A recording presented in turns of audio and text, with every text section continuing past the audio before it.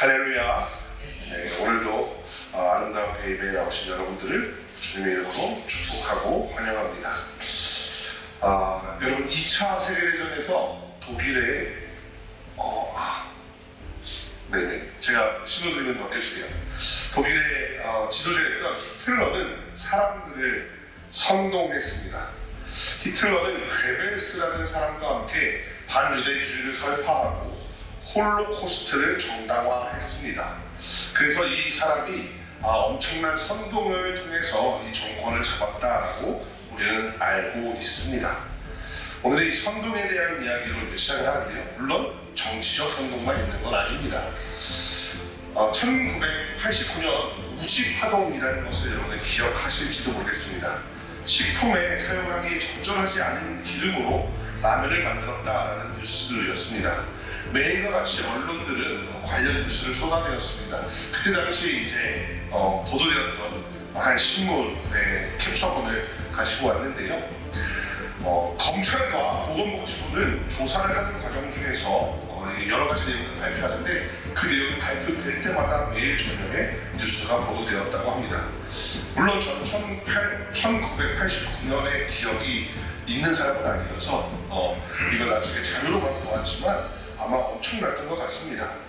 검찰은 어느 정도 문제가 있을 수 있다라는 의견을 내었는데 반면에 보건복지부는 식품위생법상의 하자가 없다라고 발표를 했습니다. 그리고 사실은 삼양이나 오뚜기 등의 문제가 되었던 회사들에서 사용했던 동물성 기름이 오히려 건강이나 맛에 더 좋다라는 사실이 추후에 밝혀지기도 했었습니다. 그래서 그 사실이 밝혀졌을 때 당시 우지파동은 선동이 아니냐라는 의견을 가진 분들도 있었습니다. 그런데 이 사건으로부터 약 20년이 지나 1989년이니까 20년이 지난 한 2000년대 후반에 루머가 돌기 시작했습니다. 어떤 루머였냐면 당시의 시장 1위였던 삼양을 잡기 위해서 농심에서 제보한 것이 아니냐라는 소문이었습니다. 인터넷 커뮤니티를 중심으로 퍼졌던 이 소문은 지금도 여러분들 검색해보시면 종종 발견하실 수 있습니다. 그런데 이 소문은 사실이 아니었습니다. 왜냐하면 이 사건 이전에도 이미 농심이 업계 1위였기 때문입니다. 심지어 그 점유율은 농심이 50%를 넘었을 뿐만 아니라 2위였던 삼양의 점유율보다 2배 이상 되었습니다. 그래서 또 사람들은 또 이상한 선동을 당하고 있다라는 그 사례처럼 이제 되었습니다. 그런데 이 사건이 다시 2016년에 또 보도가 되었습니다. 박근혜 대통령의 국정농단을 수사하는 과정에서 과거 삼양의 수사를 맡았던 김기춘 검사가 농심의 법률 고문으로서 한 달에 1,000만 원씩 그냥 돈을 받고 있다라는 사실이 밝혀진 겁니다. 농심에는 이미 다른 사내 변호사들이 많은데 굳이 김기춘한테 한 달에 1,000만 원씩 주면서 그런 걸 할 이유가 뭐냐라고 하면서 어쩌면 성관계를 알 수는 없지만 경쟁사를 파산까지 몰고 갔던 검사가 농심으로부터 돈을 받고 있으니까 또 이게 이상해 보인다라며 또 선동이 되기도 했었습니다. 요즘에는 또 유튜브를 보면은 선동가들이 많이 있습니다. 요즘엔 사이버레카라는 이름으로 불리죠. 가짜뉴스 아닌 말고식의 뉴스들을 대중들에게 전달합니다. 자신들의 조회수를 위해서 거짓말도 서슴없이 하고 또 다른 사람들을 공격하기도 합니다. 또 어떤 유튜브 방송인은 사이버레카의 지속적인 공격을 견디지 못하고 자살하기까지 하는 그런 일도 있었습니다. 우리는 이런 영상을 보면서 저거에 속는 사람은 진짜 미련해, 저런 선동에 속는 사람들 진짜 미련해 라고 생각할지도 모릅니다. 다음 화면을 한번 보여주시면 제가 되게 좋아하는 영화입니다. 디 벨레라는 영화인데요. 기회가 되면 여러분들 이 영화를 한 번쯤 꼭 보셨으면 좋겠습니다. 정말 생각해볼 여지가 많은 그런 영화입니다. 독일 영화는 재미는 정말 없습니다. 그런데 이 영화에는 내용이 어떤 내용이냐면 학생들에게 민주주의의 장점을 인식하게 해주려고 하는 그러한 목적을 둔 강의를 한 교사가 열게 됩니다. 그 강의 담당 교사가 원래 원했던 그 내용은 뭐냐면 무정부주의에 대한 내용이었는데요. 학교 측에서 그걸 마음대로 독재정치라는 수업으로 바꿔버린 겁니다. 첫 수업에 독재는 무엇인가라는 이야기를 하고 있는데 학생들이 독재에 당했던 그 선동에 당했던 과거의 우리 선조들은 미련에서 당한 거예요. 이제는 그런 거 먹히지 않나요? 라고 이야기합니다. 그래서 이 라이언 메모라는 선생님이 그럼 우리가 한번 실험해볼까? 내가 그때 히틀러가 있던 대로 그 방식 그대로 내가 한번 해볼 테니까 너희들이 선동 당하는지 안 당하는지 한번 봐봐. 괴벨스가 했던 거 내가 똑같이 해볼게. 너희들이 어떻게 되는지 보자 라고 얘기하면서 일주일 동안 벌어지는 일을 다룬 내용입니다. 여기까지는 스포가 아니에요. 이 영화를 찾아보시면 요 정도 이야기는 다 영화 소개란에 나오는 내용입니다. 그런데 그 일주일 동안 벌어지는 일, 즉 여러분들 감이 오시죠? 이 친구들은 다 선동에 당하고 그것으로 엄청난 사건, 사고들이 벌어지게 됩니다. 그런데 이 영화가 가장 충격적인 건 뭐냐면 제가 이 영화를 보고 나서 알았어요. 이 영화가 실화다라는 겁니다. 실제로 미국에 있었던 어떤 학교에서 이것과 거의 유사한 일들이 벌어졌고 이 실화를 바탕으로 한 사건 속에서 정말로 사상자까지 나오는 그런 사건으로 연결되었다는 겁니다. 우리는 선동당하지 않는다고 생각합니다. 우리는 이제 충분히 지식이 있기 때문에 그런 거에 선동당하지 않을 수 있다고 생각을 합니다. 그런데 실상은 그렇지 않다는 거죠. 또 한 가지 있습니다. 우리는 언제나 진실을 이긴다. 우리는 언제나 진실을 승리한다라고 생각합니다. 그렇다면 하나님의 복음은 이 전 세계를 아우르는 가장 확실한 진리이기 때문에 늘 승리해야만 합니다. 그런데 어느 지역을 전도하다 보면 그 지역에 꼭 실패하는 경우들이 나타나요. 예를 들어서 일본에서는 기독교가 전파되긴 했지만 그 인구가 많지도 않고 잘 그 교세가 적다라고도 하죠. 또 어느 이슬람 지역에 가면 기독교가 전도가 되고는 있지만 그 효과가 굉장히 미미하다라고도 하죠. 과연 진리는 이길 수 있는가? 근데 오늘 말씀 속에도 그런 장면이 나옵니다. 복음이 밀려나는 장면이 나옵니다. 이 진리가 승리해야 하는데 진리가 승리하지 못하고 밀려나는 장면이 나옵니다. 어떤 선도에 의해서 밀려나는 그 장면들 살펴보면서 또 우리들의 삶에는, 우리들의 시간에는 이 이야기가 어떻게 적용될 수 있는지 한번 말씀을 나누어 보고자 합니다. 한번 넘겨주시고요. 우리는 지난주에 바울의 설교에 대한 내용을 들었습니다. 조금만 복습해보면 바울이 만난 예수님이 어떤 분인가, 바울의 설교와 또 그 다음에 이전에 나눴던 스데반의 설교, 베드로의 설교와 비교하면서 바울의 설교에만 있는 표현이 있어요. 스데반과 베드로 설교에는 없었던 특이한 표현이 하나 나오네요. 그 표현을 중심으로 우리는 바울이 어떤 예수님을 만났나 한번 생각해 볼게요 라고 이야기하면서 말씀을 나눴습니다. 설교의 내용은 바울은 썩어지지 아니하다라는 표현을 쓰는데 이 표현이 굉장히 특이하다고 말씀드리면서 예수님이 부활하셨다라는 그 사실이 바울에게 굉장히 충격이었다라고 말씀드렸습니다. 심지어 예수님 사건으로부터 6년에서 7년이 지난 이후에 예수님을 만났기 때문에 바울은 거기에 관심이 많았던 것 같다라고 말씀을 드렸습니다. 그래서 여러분들이 만난 예수님이 어떤 분인지 그러한 이야기들을 하나하나 쌓아갔으면 좋겠다라는 말씀을 드렸습니다. 이제 오늘은 그 말씀을 들은 청중들의 반응에서부터 한번 이야기를 풀어가 보고자 합니다. 오늘 그 말씀을 들었던 청중들은 바로 유대인들이었습니다. 14절 말씀에 보니까 바울과 바나바는 회당에 들어가서 말씀을 전했습니다. 또 베드로, 스데반, 바울이 전하는 방식이 다 유사하다고 했는데 그 방식은 유대인의 역사에서부터 과거에서부터 오늘날까지를 쭉 훑어오면서 그때 일하셨던 하나님이, 그때 일하셨던 하나님이, 그때 일하셨던 하나님, 그때 예언했던 그 하나님의 말씀이 예수님으로 이어진다는 내용입니다. 이 방식은 유대인들에게 굉장히 효과적인 전도 방식입니다. 그런데 42절 말씀에 보니까 바울과 바나바가 말씀을 마칩니다. 그러고 나서 사람들이 다음 안식일에 이 말씀을 또 나눠주세요 라고 요청합니다. 아마 엄청나게 은혜를 받았던 것 같습니다. 저도 이런 날이 꼭 한번 있었으면 좋겠습니다.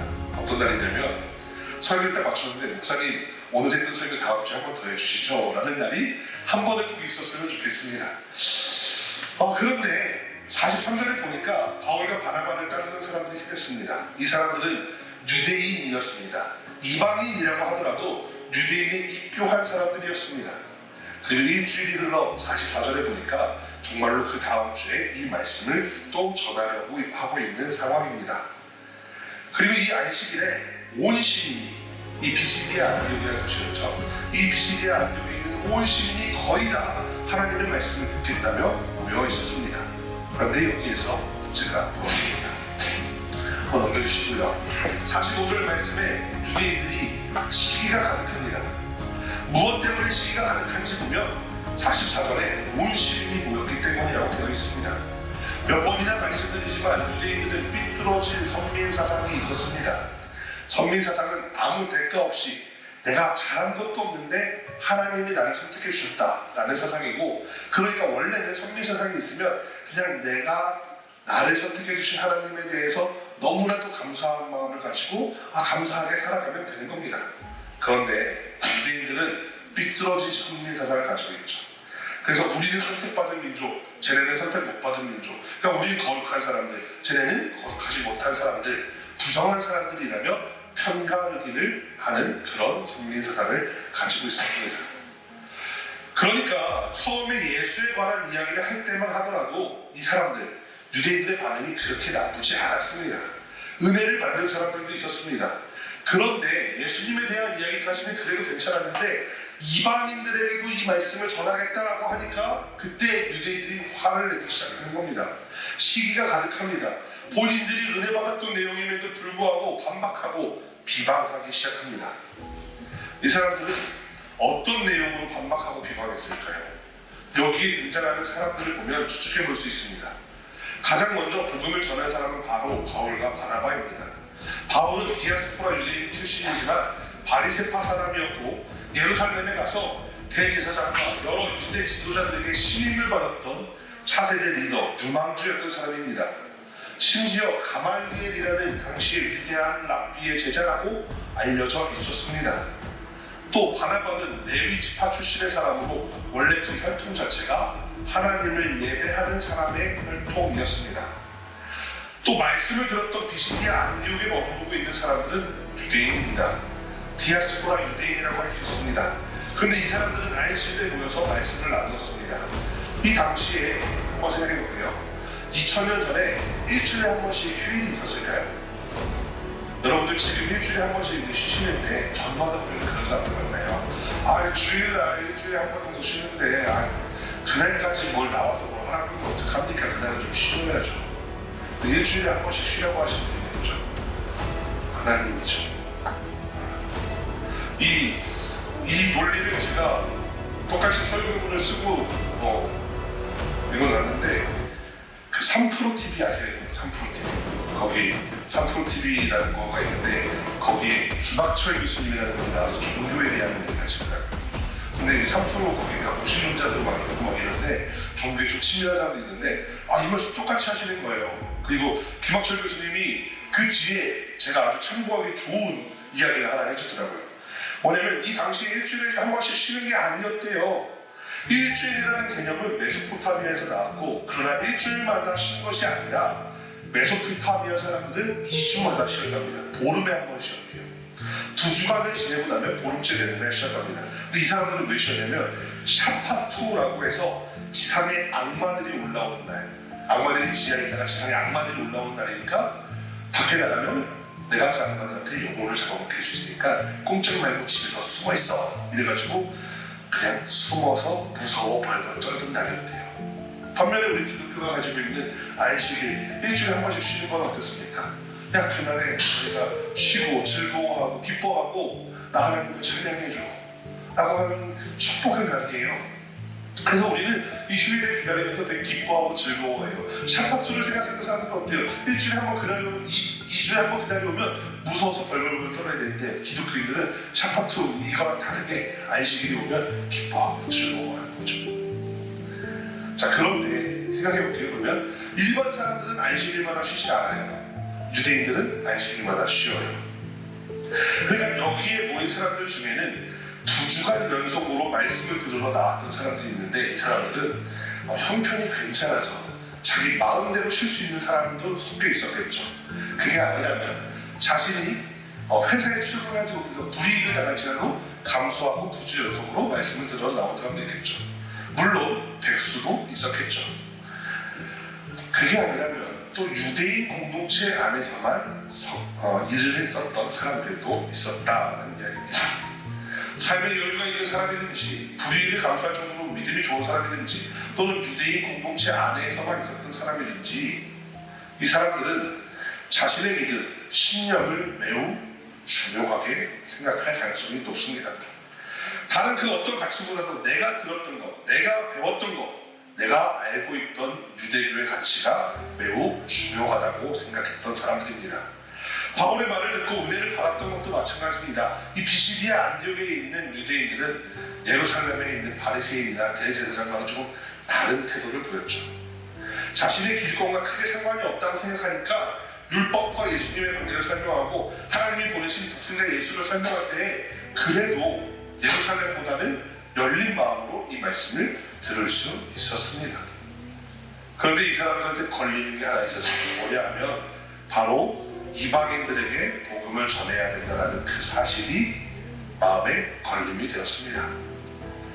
비시디아 안디옥에 있는 사람들은 예수님을 받아들이겠다라고 한 주 전에만 해도 생각했지만 이방인을 전도한다라는 바울의 그 태도는 손톱 밑에 박힌 가시처럼 목에 걸린 생선의 가시처럼 생각했습니다. 절대로 받아들일 수 없는 그런 문제라고 태도를 보이고 있습니다. 왜 그랬을지 세 가지로 추측해 볼 수 있을 것 같은데요.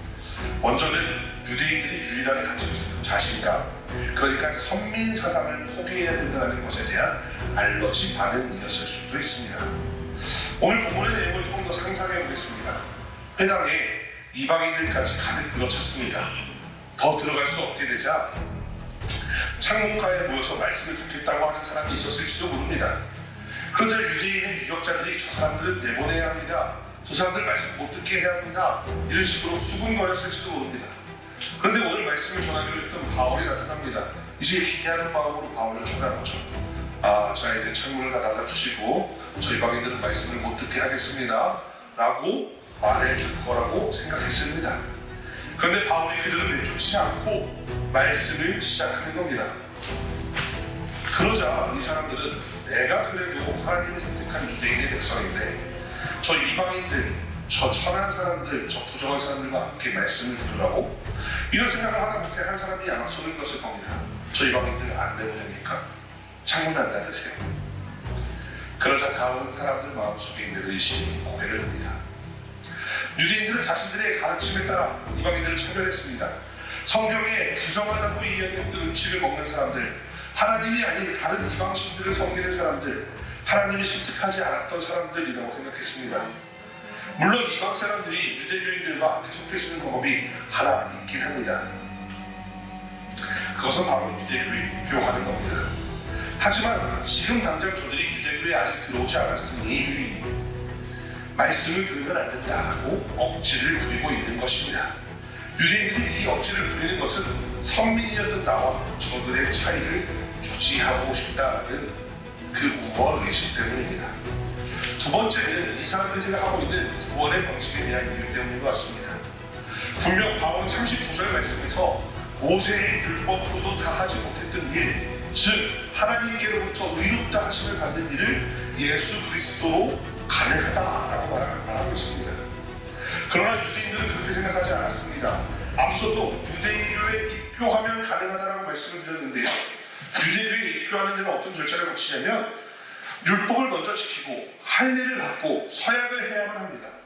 이방인들 중에 유대교로 입교하는 사람들이 없었던 것은 아닙니다. 하지만 설명도 제대로 해주지 않았는데 이방인들이 먼저 알아서 율법을 지키고 할례를 받고 서약을 해야 된다는 것은 불가능에 가깝죠. 그러니까 저 사람을 들으면 안 돼요. 아니요, 어서 들어봐야 그걸 하죠.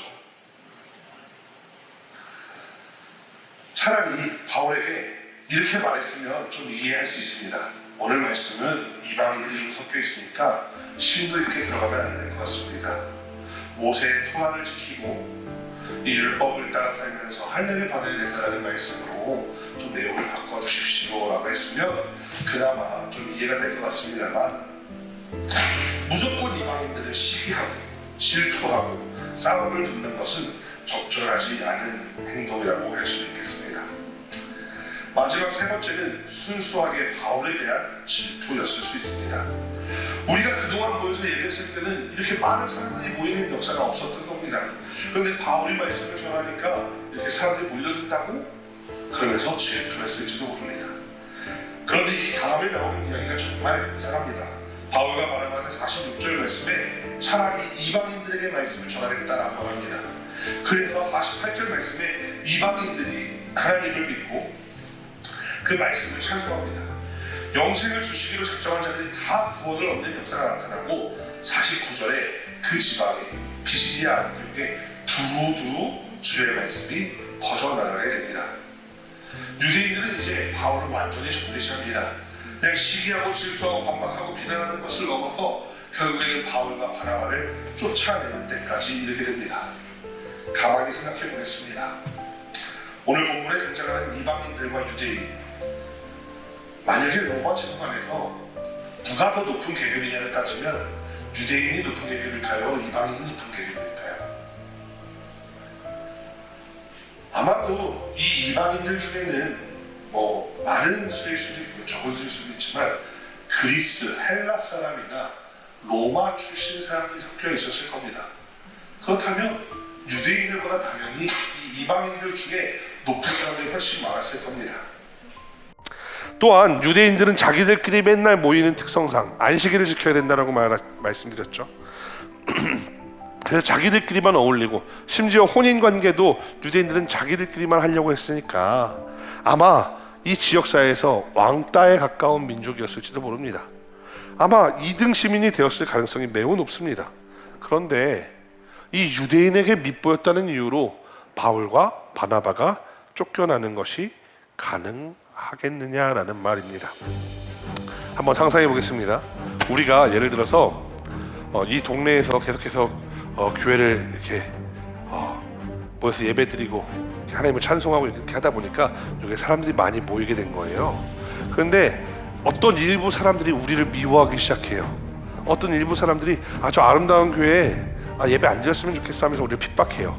그런데 마침 여기에 누가 이제 전도가 되냐면 이 화성시 이 동네 지역구 국회의원인 권칠승 의원이 예를 들어 우리 교회에 등록을 한다던가 화성시장이 여기에 등록을 한다던가 해서 같이 예배를 드리고 있는 거예요. 그러면 아무리 그 사람들이 온다고 또 해볼까요? 예를 들어 경찰서장이라든가 이런 사람들이 여기 와서 같이 예배 드리고 있으면 저 사람들이 아무리 미워한다고 해도 우리가 쫓겨날 일이 있을까요? 없을까요? 없어야죠. 오히려 그 사람들이 그렇게 하려고 할 때 이거는 잘못된 거죠, 이렇게 하시면 안 돼요 하고 그 권력자들이 방패막이가 되어줄 겁니다. 근데 바울과 바나바는 이상합니다. 바울과 바나바는 이방인들을 전도했습니다. 그들 중에는 헬라인들이 있었고 그들 중에는 로마 사람들이 있었을 겁니다. 그런데 유대인들이 미워한다고 바울과 바나바가 쫓겨나는 겁니다. 왜 이런 일이 가능했을까요? 한번 넘겨봐 주세요. 넘겨주시면 그것은 바로 오늘 맨 앞에 나누었던 선동 때문입니다. 50절 말씀에 보니까 경건한 귀부인들과 신의 유력자들을 선동했다라고 되어 있습니다. 한 번 더 넘겨주시면 여기서 선동이라는 말이 파로튀르난이라는 단어인데요, 감정을 자극하다라는 말입니다. 바꾸어 말하면 유대인들은 바울과 바나바를 쫓아내기 위해서 이 동네에 있는 헬라 사람들을 찾아갑니다. 로마 사람들을 찾아갑니다. 관리들을 찾아갑니다. 찾아가가지고 뭐라고 이야기하냐면 감정을 자극하는 이야기를 하는 거예요. 예를 들어서 바울이 설교할 때는 그렇게 얘기했어요. 뒤에 와서는 당신들 욕하고 다니던데, 이런 식으로. 바울이 그렇게 착한 사람 같아 보이세요? 아니에요. 그 사람 얼마나 이런 사람이었는데요. 그 사람이 어쩌면 더 우리보다 심할지도 모를걸요. 아직 그 본색이 드러나지 않은 거예요. 이런 식으로 거짓말을 했겠죠. 또 한 가지 가능성이 있는 건 바울이 예수 믿으라고 그랬죠. 근데 그 예수가 어떤 사람인지 아세요? 저 이스라엘에서 몇십 년 전에 십자가에 못 박혀서 죽었던 반역 장관은 알고 계세요? 이런 이야기를 했겠죠. 유대인들은 자신들의 선민 사상과 삐뚤어진 신앙관 때문에 거짓말을 하고 잘 믿고 있는 사람들을 속여가면서까지 하나님의 사역을 방해했던 것입니다. 그래서 결국 바울과 바나바는 발에 먼지를 떨어버리고 비시디아 안디옥을 떠나게 됩니다. 발에 먼지를 떨어버린다라는 표현은 예수님의 가르침으로 나와 있죠. 누가복음에 보면 누군가에게 복음을 전하다가 그 복음을 거부하면 발에 먼지를 떨어버리라고 합니다. 근데 또 예수님이 이거를 그냥 스스로 아이디어로 가르친 게 아니라 유대인의 풍속에 이런 표현이 있습니다. 관계를 끊을 때, 우리말로 할 때 절교할 때, 그러니까 내가 이 사람하고 완벽하게 이제는 더 이상 상관하지 않겠어 라고 할 때 이 발에 먼지를 떨어버리는 행동을 합니다. 그러니까 나는 이미 최선을 다해 복음을 전했고 이곳에 더 이상 내가 책임이 없어, 나는 더 이상 이 사람들이 지옥 가는 것에 대해, 복음을 거부한 것에 대해 책임이 없어 라는 의미로 예수님은 발을 떨어버리라고 했어요. 한번 생각해 봅시다.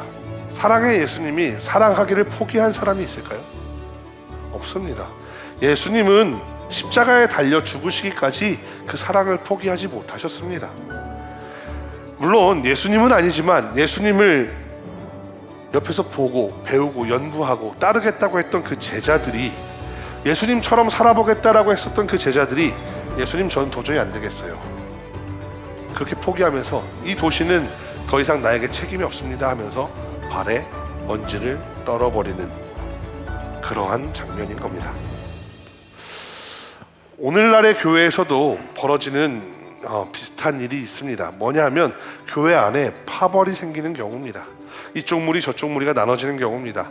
사람이 모이는 공동체이기 때문에 당연히 그런 일이 벌어질 수가 있습니다. 그런데 갑자기 그 수위가 높아집니다. 서로를 미워하면서 서로 넘지 말아야 할 선이 있는데 그 선을 넘어가기 시작하고요, 결국에는 어떤 사람들이 교회를 떠나는 일이 벌어지기도 합니다. 오늘 본문에 나오는 것처럼 복음이 방해되는 일입니다. 시기하고 질투하며 선동해 가면서까지 복음을 방해하는 그런 일들, 그러면서 결국에는 발에 먼지를 떨어내는, 그러니까 예수님의 사랑으로부터 끊어지는 그런 일이 벌어지기도 합니다. 물론 로마서 말씀에서처럼 예수님의 사랑이 끊어지지는 않죠. 우리가 교회를 떠난다고 해서 예수님이 그래 나는 너를 더 이상 사랑하지 않겠어 라고 하진 않죠. 하지만 그 사람들이 그렇게 어려움을 당하는 일들은 여전히 벌어지고 있다라는 겁니다. 우리는 그런 문제들 속에서 혹시 예수님의 복음을 방해하고 있지는 않습니까? 우리는 예수님의 복음이 잘 전해지도록 내가 최선을 다해서 앞장서는 사람이 되겠다라고 결단은 못할 망정 혹시나 예수님의 복음을 방해하고 있지는 않는가라는 이야기입니다. 오늘 본문에서 유대인들은 여러 가지를 놓치게 됩니다. 작게는 사회적 평안함을 놓쳤습니다. 이방인들 그리고 귀부인과 유력자들이 같이 믿음의 공동체가 되었다면 아마도 2등 시민으로서 살아가지 않을 수 있었을 겁니다. 사회적으로도 조금 더 평안함을 얻었을 수 있었을 겁니다. 금전적인 이득뿐만 아니라 앞으로 믿음을 지키기 위해 조금 더 배려받을 수 있었을 겁니다. 그런데 그것을 놓쳤습니다. 그리고 크게는 천국 복음을 놓쳤습니다. 결과적으로 보면 비시디아 안디옥에 사는 사람들은 참 멍청한 일들을 한 겁니다. 오늘날 우리도 신앙생활 하면서 그런 일들이 있을 수 있습니다. 인간적인 친분, 선호, 그 외에 여러 가지 문제로 우리가 복음을 방해한다면 우리가 분명히 놓치는 것들이 있을 수 있습니다. 내가 사랑하는 사람들을, 내가 그래도 가까이 지내고 싶은 사람들을 잃어버리는 경우도 있을 수 있겠죠. 어쩌면 그건 작은 것일 겁니다. 그러나 큰 것으로는 또 하나님의 복음 앞에서, 하나님이 주시는 그 복음을 전한 자들에게 주는 축복 앞에서 나는 누락될 수도 있다라는 이야기입니다. 또 이렇게도 생각해 볼 수 있습니다. 이게 우리의 관계로만 생각하는 것이 아니라 내 자신 안에 내면 속에 이 유대인과 같은 사상이 있는지도 한번 생각해 보면 좋겠습니다. 무슨 이야기냐면 이런 거예요. 우리가 앞에서 목사님이 말씀을 전합니다. 여러분 가서 전도합시다. 우리 복음을 전합시다. 우리 가서 열심히 복음을 전함으로 많은 사람들이 주님께 돌아오게 합시다 라고 이야기를 했는데, 그 말을 듣고 가서 이런 생각을 하는 거죠. 뭘 쟤네까지 구원받으라고 해. 쟤네는 그냥 세상이나 즐기고 살라 그래. 쟤는 안 될 거야. 쟤는 교회 다니기엔 좀 그래. 쟤는 내가 알기로는 되게 이기적인 애인데 저런 애까지 교회 오라고 할 순 없지. 내가 사람을 그렇게 나누고 있다면 내 안에는 사실은 어쩌면 이 비시디아 안디옥에 있는 유대인들과 같은 그런 모습이 있는지도 모릅니다. 왜 그것을 내가 정합니까? 예수님은 이미 다 모든 사람을 사랑한다고 하셨는데 왜 그것을 우리가 정하고 있느냐라는 겁니다. 예수님은 그저 땅끝까지 가서 복음을 전하는 증인이 되라고 말했는데 내가 누구 앞에서는 증언을 하고 누구 앞에서는 증언을 안 하겠다라고 이야기하는 것과 다르지 않습니다. 우리 안에는 비시디아 안디옥에 있는 유대인들과 같은 마음이 있지는 않는지 되돌아보았으면 좋겠습니다. 그래서 우리 안에 그런 모습이 있다면 이렇게 기도하시기 바랍니다. 주님, 내 안에도 비시디아 안디옥에 있는 사람들처럼 삐뚤어진 신앙이 있네요. 이 모습을 고쳐주세요. 변화시켜주세요. 그래서 내가 이 사람들처럼 복음을 방해하는 것이 아니라 오히려 복음을 전하는 데 앞장서는 사람이 되어 52절 말씀처럼 기쁨과 성령이 가득한 그러한 성도로 살아갈 수 있도록 도와주시옵소서. 이렇게 기도하는 여러분들이 되기를 간절히 소망합니다. 기도하겠습니다.